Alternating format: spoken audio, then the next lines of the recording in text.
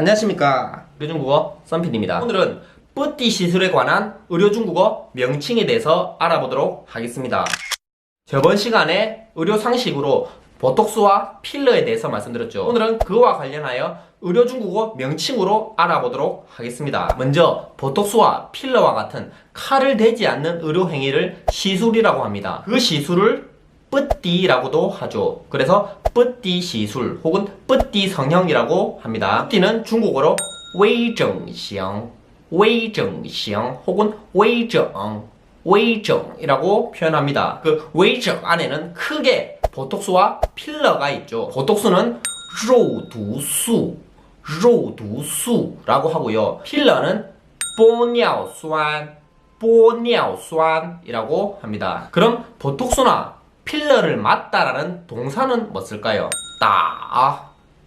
따를 쓰시면 됩니다. 그래서 보톡스를 맞다, 打肉毒素 그러면 필러를 맞다, 打玻尿酸로 표현하고요. 우리나라에서는 보톡스를 맞으러 가면 병원에 가서 보톡스 맞으러 왔어요 라고 표현을 많이 하죠. 하지만 중국 문화에서는 보톡스를 맞으러 왔어요 라고도 표현도 하지만 보톡스의 효과에 따라서 이름을 바로 부르기도 합니다. 턱에 맞는 보톡스를 우리나라에서는 턱 보톡스라고 하죠. 하지만 중국 사람들은 얼굴이 작아지는 주사라 해서 쇼를 씁니다. 쇼脸针 그래서 고객이 왔을 때 我想打瘦脸针이라고 표현하는 경우도 많이 있습니다. 같은 일례로 잔주름이나 눈가주름을 없애고 싶다. 그러면 그때도 주름을 없애는 주사라고 해서 除皱针 이라고 표현을 많이 합니다. 여기서 针은 바늘이죠, 바늘. 필러는 아까 제가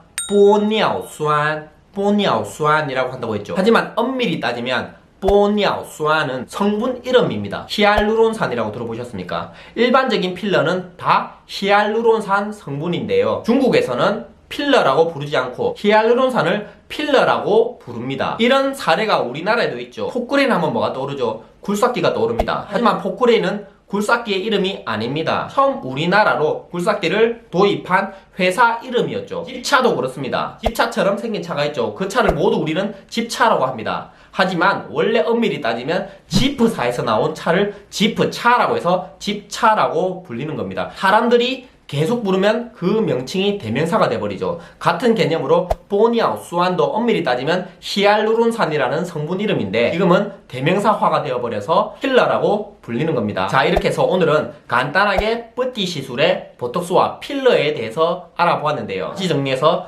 뿌띠는 웨이정형 혹은 웨이정이라 하고요.